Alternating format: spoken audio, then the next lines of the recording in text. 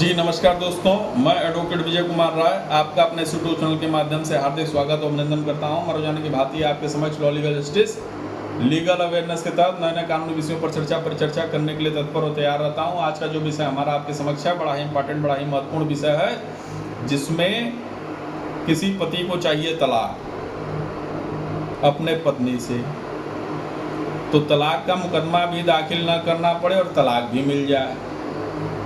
तो सेम चीज़ इसी तरीके से ये है कि एक विषय और है कि किसी पत्नी को चाहिए तलाक अपने पति से, तलाक का मुकदमा भी दाखिल न करना पड़े और उसको तलाक मिल जाए। तो तलाक की व्यवस्था से को फॉलोअप करने से पहले, हालांकि कई हमारे YouTube के क्रिएटर हैं जिन्होंने तलाक पर बहुत सारे वीडियो बनाए, लेकिन ये मैं गारंटी के साथ कह रहा हूँ कि यह वीडियो बहुत नया और बहुत जेन्युइन है। इसके बारे में कोई आपको जानकारी नहीं देगा। हमारे वही 10-5 जो सब्सक्राइबर हैं, जो कमेंटर हैं, वो जो कह देते हैं हम उसी हिसाब से काम करते हैं।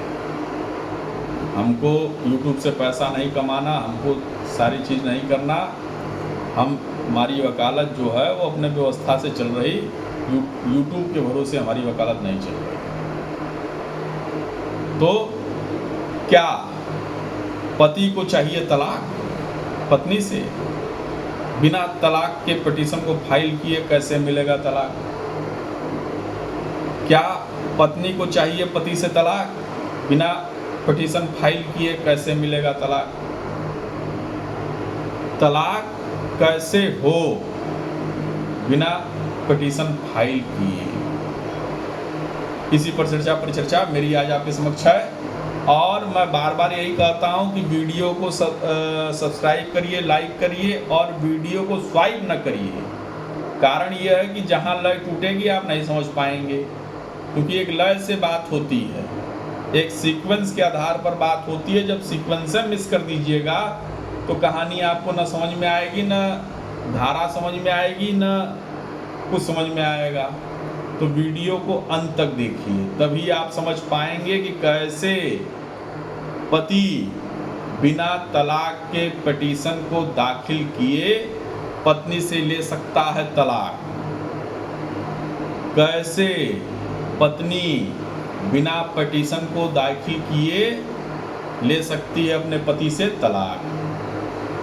यदि सीक्वेंस मिस कर दीजिएगा तो बात नहीं समझ में आएगी, अन्य कोई आपको उस तरीके से ज्ञान देगा जो आज मैं आपको अपने इस यूट्यूब चैनल के माध्यम से, अपने इस वीडियो के माध्यम से आपको बता रहा हूँ कि तलाक लेने का एक ये भी आधार है और यह हमारे प्रैक्टिकल अनुभव की बात है कि इस तरीके से अगर यदि आपने तलाक की पिटीशन फाइल की, हालांकि फाइल करने की जरूरत नहीं पड़ेगी, पत्नी सामने से आके कहेगी अगर नहीं रहना चाहती तो भैया हमारा पिंड छोड़ो, हमको तलाक दो, ये हाथ जोड़ के पत्नी आपसे कहेगी। यदि इस चीज को आपने फॉलो कर दिया, कर लिया, निश्चित तौर पर ये हमारा प्रैक्टिकल अनुभव है। तो इसी पर परिचर्चा आज मेरी आपके समक्ष है कि कैसे होगा तलाक बिना पत्नी के सहमति के, या पत्नी सहमति है भी तो कैसे होगा तलाक? पत्नी चाह रही कि नहीं पति को फंसाएंगे 125 CRPC घरेलू हिंसा 498A के मुकदमे में और उसके परिवार को फंसाएंगे, जेल भिजवाएंगे, हेन करेंगे, केन करेंगे, सारी चीज करेंगे। पत्नी की मनसा ये है, दिमाग में वो बैठा के चल रही कि नहीं हम जेल भिजवाएंगे। तो कैसे लेगा पति अपने पत्नी से तलाक बिना तलाक का मुकदमा दाखिल किए? इसी पर परिचर्चा मेरी आज आपके समक्ष है दोस्तों। और यदि आपने वीडियो स्वाइप किया या इसको छोड़ के भागे या भगा के देखे तो सीक्वेंस नहीं पकड़ पाइएगा। जब सीक्वेंस नहीं पकड़ पाइएगा तो पूरी कहानी व्यर्थ है। फिर अंत में मैसेज करिएगा कि भैया कैसे होगा तलाक, फिर जवाब देना पड़ेगा। तो कृपया करके वो चीज़ें न करिए। अंत तक पूरा, शुरू से लेकर अंत तक पूरा वीडियो देखिए, तभी आप समझ पाइएगा कि कैसे होगा तलाक बिना तलाक के पिटीशन को दाखिल किए फैमिली कोर्ट में। यही हमारा स्लोगन रहेगा। बहुत अच्छा आ गया दिमाग में आपसे बात करते करते। अभी तक तो हेडिंग नहीं समझ में आ रहा था कि हमको क्या देना है, लेकिन अब ये हेडिंग समझ में आ गई कि कैसे होगा तलाक पति पत्नी का बिना फैमिली कोर्ट में तलाक का दावा प्रस्तुत करने को। तो दोस्तों, मैं आज आपको जो चीज़ बता रहा हूँ शायद ही किसी यूट्यूबर क्रिएटर ने बताया होगा। हमारे जैसे जो प्रोफेशनल में हैं, किसी ने चर्चा इस पर नहीं की होगी, ना करेंगे। कारण कमाई कि पूरा ज्ञान है जब बैठ के हम दे देंगे तो फिर आप चालाक नहीं हो जाइएगा, है ना। तो ये चीज़ बड़े स्पष्ट तौर पर समझ लीजिए। अब जो मैं कह रहा हूँ उस चीज़ को बड़े ध्यान समझिएगा कि तलाक की व्यवस्था में कैसे बिना तलाक के पिटीशन को दाखिल करके कैसे पति या पत्नी अपने पति या पत्नी से तलाक ले सकता है। तो देखिए दोस्तों,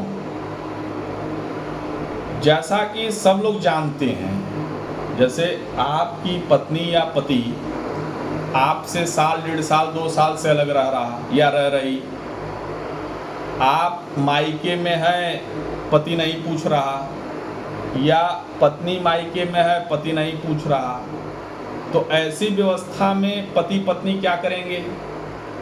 जब पूछ ही नहीं रहे हो तो किसके साथ जिएंगे भैया? किसके साथ अपना पारिवारिक संबंध बनाएंगे? किसके साथ अपना वैवाहिक संबंध आगे मेंटेन करेंगे? किसके साथ करेंगे? तो ऐसी व्यवस्था में जनरली लोग क्या करते हैं, नहीं, जैसे पत्नी को नहीं रहना है, पत्नी को किसी ने चढ़ा दिया, पत्नी को ज्ञान किसी ने दे दिया कि क्या करना है। अब पत्नी के दिमाग में बैठा दिया कि तुमको 125 करना है, घरेलू हिंसा के तहत मुकदमा दाखिल करना है, तुमको तलाक की पिटीशन दाखिल करनी है, तुमको 498, 323, 504, 506, 3/4 DPA के तहत जो है पूरे परिवार को घसीट लेना है। जो ये पुराने सेक्शन थे, इसके आधार पर होता था, लोग इसी तरीके से काम करते थे। तो जनरली महिलाएं यही काम करती थी।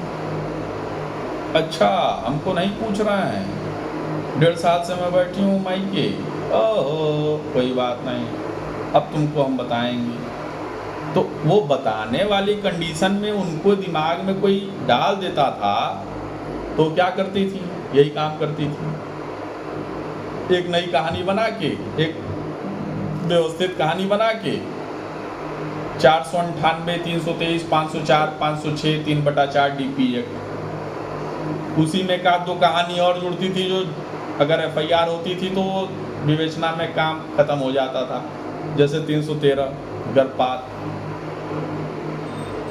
जैसे 376 ससुर द्वारा, बहुत सारी चीज़ें थी। खैर, तो एक तो ये मामला दर्ज होता था उनको बताने अनुसार। अब इसी के अलावा एक और मामला वो दर्ज कराती थी, 125 मेंटेनेंस। ओहो, इतनी इनकम है, दिमाग में डाल दिया किसी ने। अरे बैठी हैं 1.5 साल से, पति पूछ नहीं रहा, करो मुकदमा, आएगा, फंसेगा, परिवार फंसेगा, सारी चीज़ें होंगी, मेंटेनेंस देगा, सारी व्यवस्था निपटाएगा। कैसे नहीं निपटाएगा? तो 125 का भी मुकदमा दाखिल हो जाता। उसी में कोई और ज्ञानी होता था, अरे ये 2 कर दिया, एक और कर दो, घरेलू हिंसा। इसमें वही कहानी सब लेके आओ जो पुराने व्यवस्था में दी है, ऐसे ऐसे वो वैसे वैसे सब सारी चीज़ें हुई हैं। इसमें पूरा मेंटेनेंस लागू होगा, सारी चीज़ें तुमको मिलेंगी, रहने का अधिकार मिलेगा।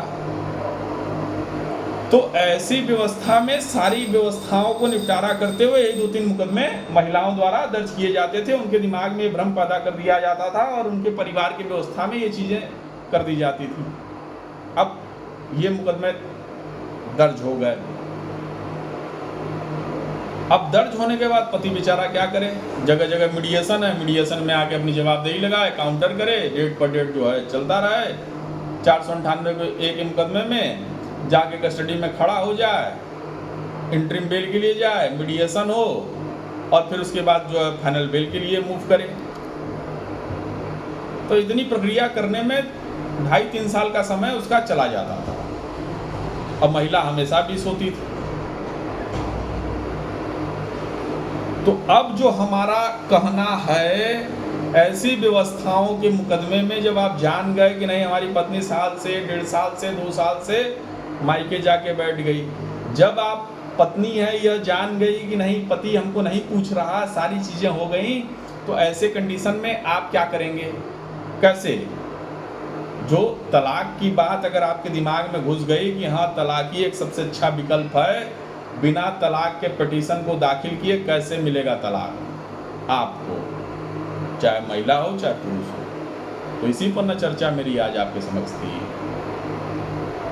तो सर वीडियो को स्वाइप न करिए, पूरा शुरू से लेकर अंत तक देखिएगा, तभी आप इस चीज़ को समझ पाइएगा। अब तो 60% हमने आपको बता दिया, बचा 40%, अब वो मैं बताने वाला हूँ। स्वाइप कर दीजिएगा, कोई मतलब नहीं समझ पाइएगा, क्योंकि सीक्वेंस जब टूटेगा तो आपको समझ नहीं आएगा कौन सी बात कहाँ हमने की और कैसे की। फिर मैसेज करिएगा कि साहब आपने इस तरीके से कहा था, इसमें ऐसे नहीं, ऐसे होना चाहिए। फिर हमारा भी दिमाग डिस्टर्ब होगा कि अरे यार हमने तो पूरी वीडियो में पूरी एक एक लाइन बताई, सामने वाले ने सुना नहीं, तो कैसे फिर इसको जवाब दें। तो इस चीज़ को बड़े ध्यान समझिएगा कि जहाँ साल, 1.5 साल, 2 साल से पत्नी आपसे अलग रह रही, जाके मायके बैठ गई, आपका न कोई हाल ली न कोई चाल ली, तो ऐसी व्यवस्था में कैसे आप लेंगे उससे तलाक। और यही चीज़ फॉलो होती है हस्बैंड के ऊपर कि जहाँ पत्नी के व्यवस्था में पत्नी चाहती है कि नहीं उसका पति उसके साथ रहे या न रहे, और पत्नी के व्यवस्था में पति उस पत्नी को पूछ नहीं रहा, तो ऐसी व्यवस्था में पत्नी कैसे ले अपने पति से तलाक। तो देखिए इसका एक सिंपल सा हमारे प्रैक्टिकल अनुभव के आधार पर ये तलाक के मुकदमे में आप मत जाइए, चाहे पुरुष हो चाहे महिला। यदि आप पुरुष हैं तो सीधा हार्पस कार्पस वाली कंडीशन में आइए। High court agreed petition file होता है हार्पस कार्पस, उसमें दाखिल कराइए कि आपके पत्नी को आपसे मिलने नहीं दिया जा रहा, आपके पत्नी से आपको बात नहीं करने दिया जा रहा, आपकी पत्नी को जबरी जो है बंधक बना लिया गया।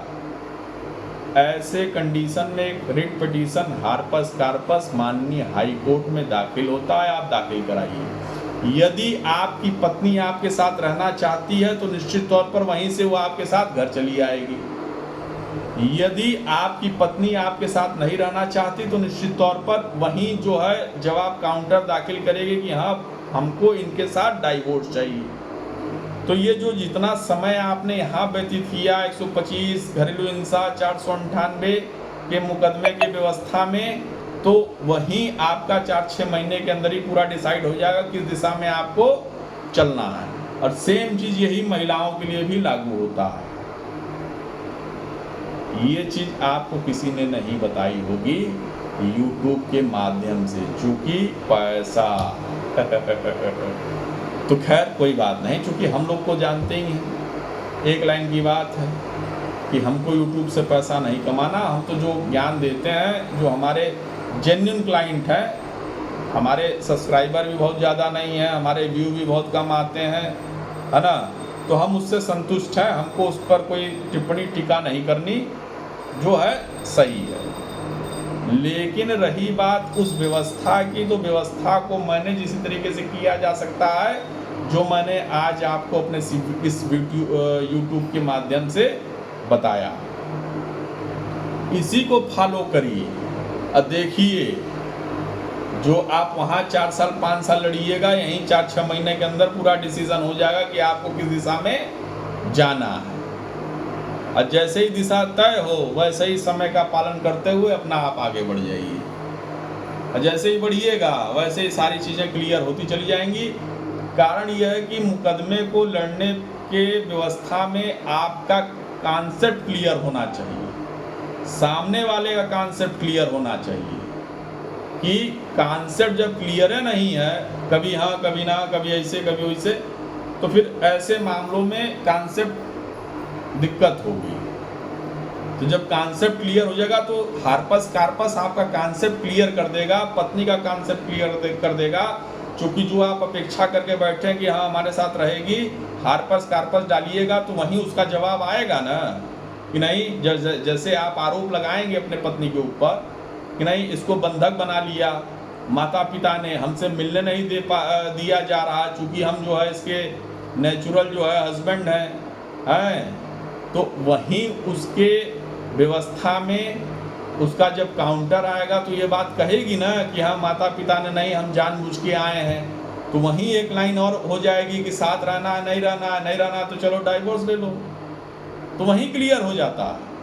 और ये मैं प्रैक्टिकल अपने तजुर्बे, अपने प्रैक्टिकल ज्ञान की व्यवस्था से कई लोगों को, जो हमारे पुरुष समाज के लोग हैं, उनको इसी तरीके से हमने ऐसी व्यवस्था से निकाला। हमने उनको ये नहीं कभी कहा कि नहीं जो है आप इस तरीके से ये चीज़ें करिए। जहाँ उनकी पत्नी उनको छोड़ के साल, 1.5 साल, 2 साल से मायके में जाके बैठी हुई है, तो ऐसी व्यवस्था में हमने उनको तुरंत कहा कि नहीं जो है आप चलिए हाई कोर्ट, इस तरीके से ये पिटीशन फाइल होगी, ऐसे होगा, और 4-6 महीना के अंदर अंदर एक डिसीजन आपके सापेक्ष में आ जाएगा। सैकड़ों लोगों की व्यवस्था हमने इसी तरीके से बनाई। तो मेरे दिमाग में एक क्लाइंट ने हमको कहा कि वकील साहब हम भी यूट्यूब का चैनल देखते हैं, कई क्रिएटरों का चैनल देखते हैं, लेकिन किसी ने इस पर चर्चा नहीं की। चूँकि आपने हमारा मुकदमा देखा था तो आप इस पर एक चर्चा करिए, चूँकि मैं उसका भुक्तभोगी हूँ और मेरे को आपने उस व्यवस्था के तहत निकाला जहाँ मैं फंसने वाला था।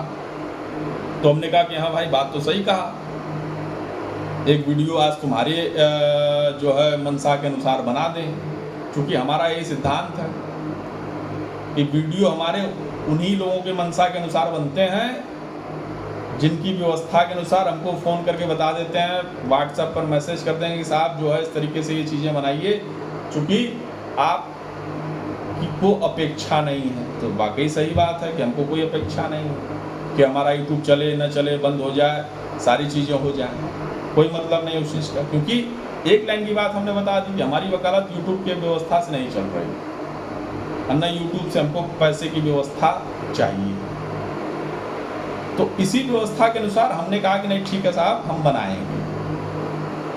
तो यही चर्चा परिचर्चा मेरी आज आपके समक्ष थी। यदि यह वीडियो पसंद आया हो तो इसे लाइक सब्सक्राइब जरूर करें। यदि आप हमारे इस चैनल पर नए हैं और यह पहली बार हमारा यह वीडियो देख रहे हैं तो आप इसे सब्सक्राइब और बेल आइकन दबाना न भूलें, ताकि जो हमारे नए वीडियो नए विषयों पर आएंगे तो पहले आप ही के सापेक्ष में जाएंगे। यदि यह वीडियो आप लोग को पसंद आया हो तो आप इसे लाइक सब्सक्राइब जरूर करें। जय हिंद, जय भारत।